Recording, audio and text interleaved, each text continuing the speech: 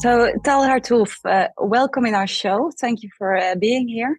Can you describe us last Saturday evening when Iran started the attack and you knew about the missiles coming from Iran towards Israel? Can you describe the situation back then?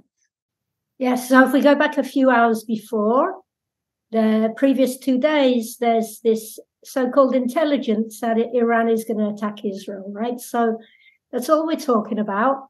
And it didn't seem viable to us, like what they're going to release their plans. I mean, so we kind of, we were anxious, but didn't know quite what to believe if Israel's got a trick up their sleeve. So the Shabbat itself, I mean, I went out, but it was ghostly quiet. There was nobody around. And you were just waiting for the sirens to go off. And on that note, by the way, you start in the middle of the war or the beginning of the war, you have the little red alert app, right? So in the beginning, it'd be red alert by Gaza. And then, of course, the war extends to the north. So you extend your chosen places to the north and then Eilat gets attacked. So, and all the time on the app, that Israel is getting smaller and smaller.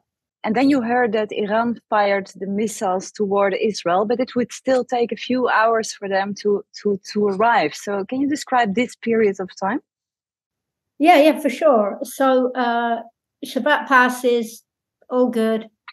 And I went to sleep.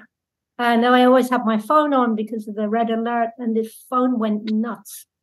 And sirens go off. So, you put the radio on or the TV, whatever.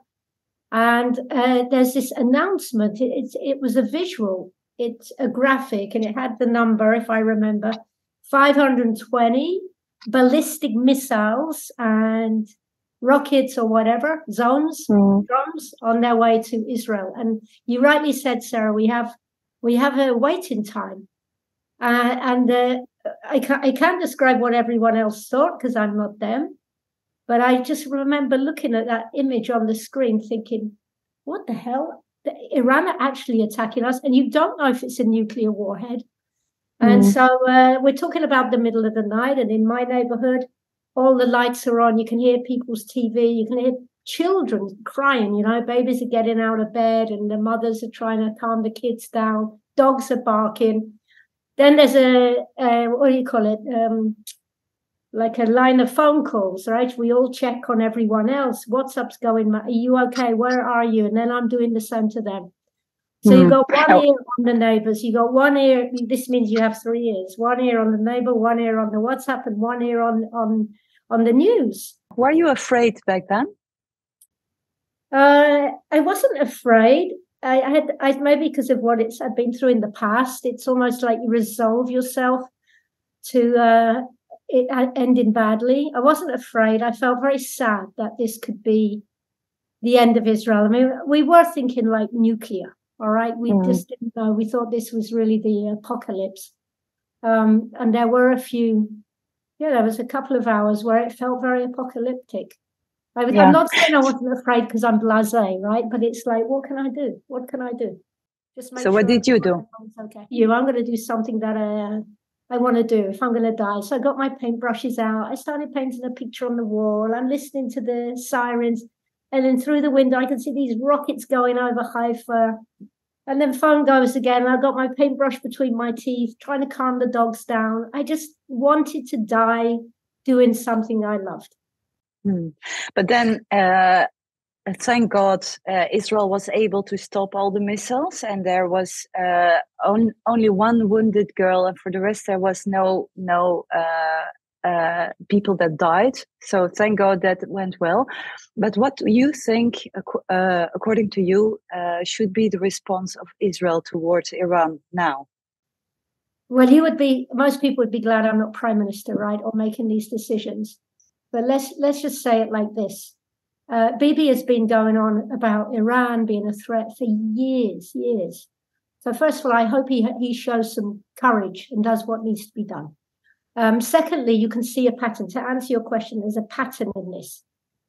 Israel basically has its hands tied by the American elections. Probably going to upset a few people here. But it's all about what's going on in America. This is America's war. We're not allowed to do this, this, and this. So we can't go into Rafah to finish Hamas off. We have to make sure that these so-called innocent Palestinians get all their food and their wants and needs met while we still have hostages, and nobody's saying about a war about hostages. So our hands are tied in Gaza. And now we've just suffered like the biggest barrage since the Blitz, since World War II on any sovereign nation. And I don't buy it that now the world government's like, oh, well, Israel, poor Israel, everyone's in favor for Israel as long as we don't fight back. All right, we've got our, the cowardice of the West is sickening, like the British government, the French government, good for Holland in this case. What do I think we should do? I think unreservedly we should bomb Iran. We should take out their nuclear facilities. We have to react to this. And you know what? People get killed in war. Of course there's going to be a war. Of course it's going to spread. People say, Sarah, they go, oh, this is a terrible war. Like, oh, as opposed to other wars, which are really nice wars. But for the West to let this brutal dictatorship play the cards, all right? We didn't win anything on Shabbat. We simply defended ourselves. And as long as Iran are not destroyed, their facilities are not destroyed, we're living under a nuclear holocaust.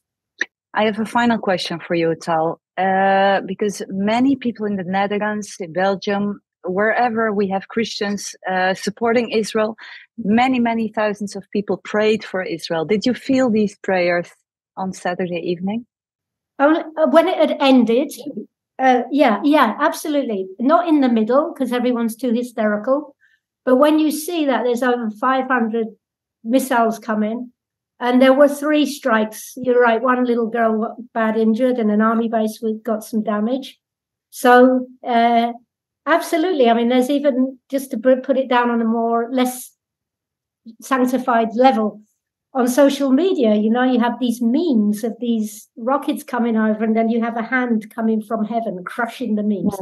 So I think I'm probably the most cynical person around to attribute anything to divine aid, but yeah, I think it's incredible. I mean, also thanks to the Israeli Air Force skills, but it's incredible that we're still here. Yeah, so yes, we absolutely did. And on behalf of all the Israelis here, I'll take the liberty and say thank you. I see something miraculous in what happened. Thank you so much for coming in our studio, Tal Hartuv. Thank you, Holland. Thank you, Sarah. Thank you for everything you're doing.